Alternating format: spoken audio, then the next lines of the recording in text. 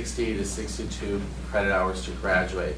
If they were to make it a requirement to graduate, then they look at the whole curriculum and it's got to go under review, and then something in that program has got to be taken out in order for that experiential learning to be counted. So I know in our liberal arts program right now, it's a 3-year process to go through revisiting entire curriculum and going in front of the review board at Ohio Board of Regents. We are an accredited institution as well as CASE and Cleveland State, so we have certain standards we've got to achieve in order for the student to earn that degree. So it takes time, but I think, you know, if you really want to push buttons, talk to your state reps, state legislator people. They're the ones that are fighting in Columbus to kind of make some things change with education, and those are the people that can help serve as your voice too.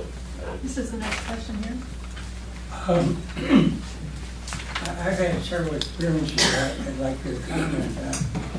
One is that when I ran a real estate business, my children couldn't understand why I wanted people to have a college associate degree. It wasn't, or a college degree, 4 years. But I felt they should show the discipline they could apply themselves. It wasn't necessary for what we were doing. The other is that both my daughter and her husband have advanced degrees. My daughter got finished paying for her advanced degree when she was 55. My son-in-law is still paying for his graduate degree. Yeah. In his late 40s. So there is a price that you're going to be in debt in many cases. And my grandson's $62,000 a year at Oberlin. It's overwhelming. So that I think we got to be thoughtful of teaching. When I taught real estate, but I taught moral considerations to people from deprived backgrounds. But we need to teach also skills of communicating, and that people from deprived backgrounds are not brought up to say please and thank you and relate. And it's very necessary to have also some of that, come in contact with the public and work with them. You've got to have some basic social skills. Right. And I agree with your comment. Employers today are contacting us. They're not concerned about our students' technical knowledge, it's the soft skills. So we're incorporating soft skill training into all of our preparation and workforce readiness. And we're going through something right now that will include all students go through that type of training, because you're absolutely right. Those are the things that, you know, can't be taught at work, is some of the soft skill training, which is the communication efforts. So. Over here, please. Go ahead. Yes, I was just wondering, do learning institutions have an obligation to place each and every graduate of their institution in a job, any job that pays them something, so that they can pay down their student loans, have enough to meet their basic needs, and also have the surplus to contribute financially to their alma mater? Anyone want to take that on, or? That's a big one. I didn't hear the question. I do think that the schools don't have an obligation necessarily to place their students, but they can help and maybe direct them. Sure. I think what's challenging about that, making it incumbent upon the school, it takes away the responsibility of the individual. And so at that point, what are they learning?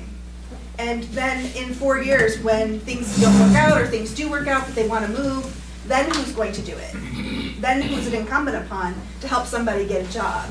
And so I would argue that there should be supports in place to help students get into an internship, get into a job, and there also have to be supports in place to help students develop the skills that will allow them to know how to look for an opportunity, to apply for an opportunity, and to have those soft skills to be able to be successful in the workplace. Most of the schools are doing things like that, making sure that the students get connected with those opportunities. is important. And I think that most institutions are trying really hard to do that from the time that the students apply, right? So when students are applying to academic institutions, they have the ability to go and either in person meet with someone or very often virtually now meet with someone and ask them questions about what sorts of program services do you have available that will help me develop soft skills, find an internship, get a job. So that's my response to that. I don't know if either of you have anything you'd like to add. No, obviously we are a democracy, so we certainly wouldn't want to assign jobs to people based on what we thought were their proper credentials and what they were qualified for. We like unqualified people sometimes to go into jobs because they wind up being the creative persons in that particular occupation that make changes. So you don't want a perfect fit between education and the labor market. You want some, you want a little noise, and that's what makes us a good society. I will add one thing real quick. Students today are shopping colleges very differently than they did 20 years ago. When I was looking at schools, it was proximity and location of home. It was in-state tuition I wanted to make sure. And it was also the programs. Today, students are looking at the dorms, the quality of life outside of the classroom. They're looking at more than just the curriculum. They're looking at, does the institution have an alumni association that hires people? I mean, there's a lot of things students are looking at today. So when they're measuring, and they're going to Oberlin, and they're going to Cleveland State Arcades, there's lots of different reasons. And so they're shopping it very differently. So they may shop it for what is the return on that degree? Are they gonna get a job in 5 years? A lot of institutions, if you see on the TVs and the radios, they're saying our students get placed. In fact, there's a big ad on a wall, downtown Cleveland, what Baldwin Wallace College talks about. They have alumni in each of the Cleveland's Fortune 500 employers.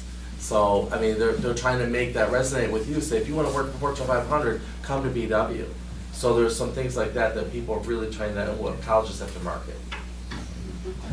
You may have answered my question. The question is that colleges are not honest or do not give enough information as to the price of going to college. The students are there, you're encouraging students to come, and when they graduate, it is a shock when they find out how much they owe. And it is a serious, serious problem. And I don't know what the colleges are doing to address this, because they are going to owe, like you say, your grandson is paying $60,000 for an Oberlin. And then when they get out, they find out if they have a higher paying job, like have someone in the family, they can't take all of that interest or amount off of their taxes. So it's a serious problem, and I don't think high schools or colleges are not giving students enough information about the cost of colleges, because you want your students there. The same as they're saying, like, we have too many lawyers. So that is a serious problem. We know the difference, Case Western Reserve, what type of students you're going to take, and they will be able to pay for it. But many of the students that maybe at Baldwin Wallace or Cleveland State, they do not know the price that when they graduate, and then their families are trying to help them pay that down, and it is a problem, a serious problem. Well, I add one thing. I know back in 2008 to 2010, maybe even 11, the governor had a freeze on tuition increases because of the economy. It was so bad. So I do know that during those 3 years, the institutions, public institutions, were not allowed to increase their tuition costs. Cost it's a very a personal matter too, because you go to Tri-C and it's $100 a credit hour, and take a class. I mean, it's $300 some a credit hour. Now the books that our students have to actually purchase are $200 to $250. It's almost the same as the course. So there's a lot of costs that go into this. When I teach in my class and I talk to them, that's why I use my books. Like one student came to my class and said, "Are you going to use this book? Because if you're not going to use it, then I'm not going to buy it." I said, "I will. I use that book religiously in the class. And so I talked to the students about the opportunity cost of them being in the classroom at that given time. Opportunity cost is an economics term, for those of you who have taken that class. It's the value of what time you're putting into that particular moment that you could be doing something else. So you're here today learning about the value of education. You could be, out, because the weather's so nice, walking around, that sort of thing. But you're gaining knowledge here. And so I tell the students all the time, knowledge is power. You can never take knowledge away. There is a cost, and Robin had spoken about the cost that is a personal choice. And when I hear of what the cost of high school tuition is, which is what it was when I was going to Bowling Green, that they're paying that same amount of money to graduate in 4 years, it's astounding to me. So, like I said earlier, go back to your legislators, talk to them about it. They will lobby for this. There are some issues that I agree with you that the cost of it is, and I don't know about Cleveland State, but the tuition, when I went there for my master's degree, I was going during a time where it was the freeze, and I didn't realize there was a freeze on tuition until my last year, and I found out the freeze was lifted. All of a sudden it went up. I was like, what happened? And so thank God in a way. I mean, and there's some definitely costs, but there's a number of scholarships, there's a number of grants out there. Take advantage of them, find them, go into your financial aid department. We give students $500 scholarship if they get an internship in one of those Jobs Ohio targeted industries, on top of the wages that they earn. There's money to be had. That $500 that pays for 2 books. So. Just to comment on that, I think in the paper it was saying that students in the city of Cleveland, they keep their GPA up, and they can go to Tri-C and they get like $2,500 to cover part of the cost. There are so many opportunities out there. I would encourage you all to explore that. I mean, there's so many. We're trying to give money away sometimes, and it's very challenging sometimes on the administration side when we have all this money to give away and we can't find the students to do it because they don't know about it. Did you want to comment? Yeah, I was going to say I think this started with Stuart's question about, the size of the loan debt for graduates. And overall universities, it runs about $7,000 per year, which I think is excessive, and I agree it is a problem. It's much higher for some students. And I do think it would be helpful if some financial aid offices put a limit on how much students can borrow, especially relative to their performance. I know that when I was an undergraduate, my financial package was tied to my grade point average, how much direct grant I got versus how much loan. And so my total debt was, of course, this was eons ago, and so dollars are different, but it was $800, which was, and since my parents were not giving me a wedding present, I said, well, why don't you guys pay this? And so they did, and that was good. But my son graduated from Ohio University with no debt. We never needed to take a loan. Our other son went to Harvard, and that was tremendously expensive. It seemed like most of my monthly earnings were going to Harvard. We paid all our bills in the summertime, and there was about a $12,000 debt, which we split evenly when he finally finished his education. But we kept the loans down by, first of all, planning, and then when we knew that we were going to have 2 kids in college at the same time, I decided I needed a higher paying job. So we moved to Cleveland, and I took a position at Cleveland State. I had a nice job at Ohio State, and it was comfortable, but I had an opportunity to make more money here in Cleveland, and it covered much of that difference. So I do think families need to take responsibility. The Bernie Sanders idea seems really popular, but let's make tuition free.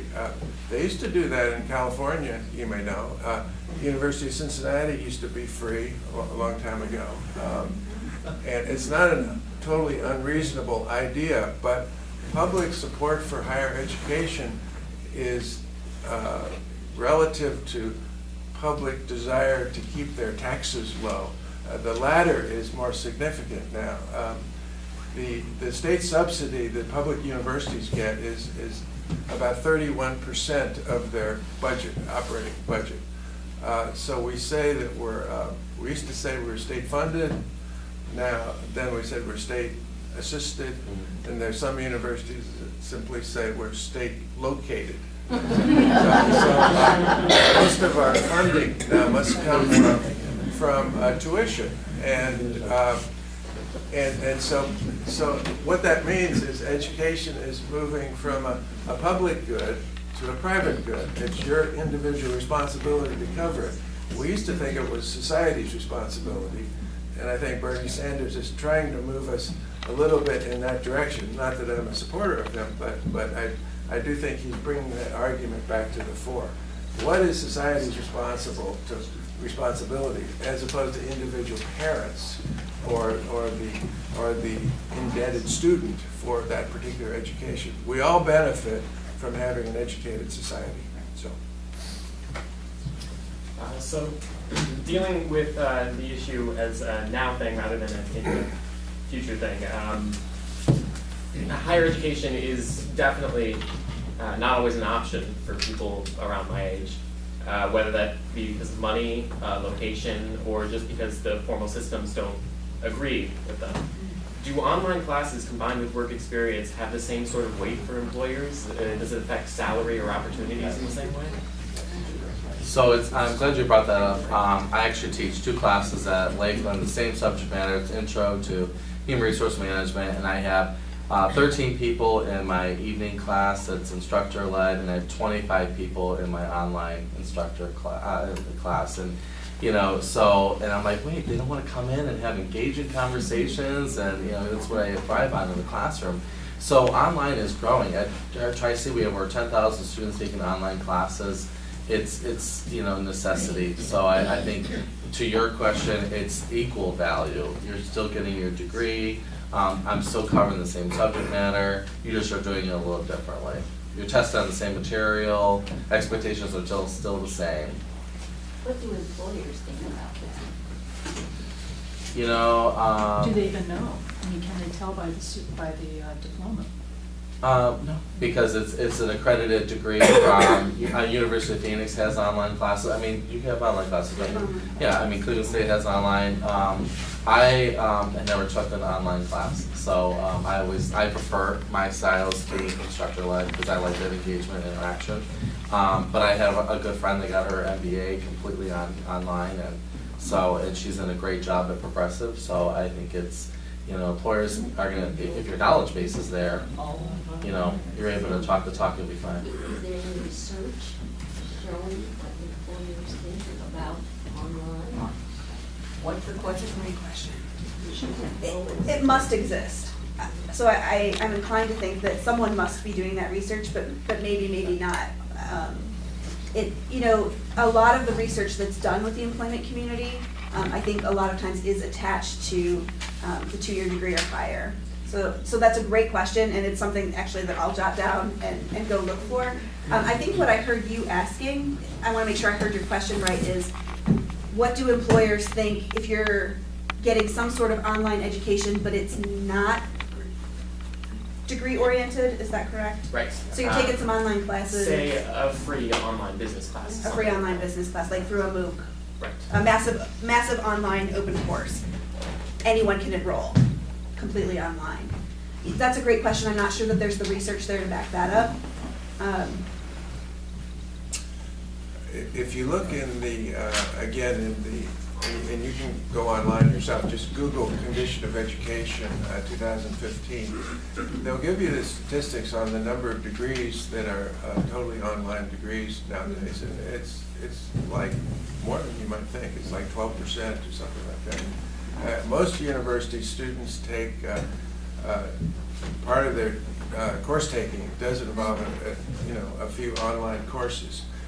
Most of the online market is actually for students enrolled at that particular institution for one reason or another. Because of scheduling and things like this, they decide they want to take that particular course online. Or unfortunately, sometimes they decide, well, it's outside my major, I don't really want to have to study this, but I'll take it online, and they're allowed to do so. At Cleveland State, we don't allow most of our freshmen to take online courses because the completion rate for online courses tends to be low, because if you don't have the good study habits, the kind of individual perseverance you need to get through that online course is, again, the completion rate is low, and you wind up paying for tuition for a course that you don't complete. So it doesn't make sense to allow many of our freshmen to take online courses. And we have our largest freshman class this past year is 1,900 students, so it's a pretty good market, and we sort of look at, try to look after them fairly carefully. So. Can I have just one more comment for you? So I can't speak to likelihood and what the research looks like, but what I can say as a resource for you is if you are not currently enrolled with an institution of higher education, you are looking for work, and you are taking some online courses, there is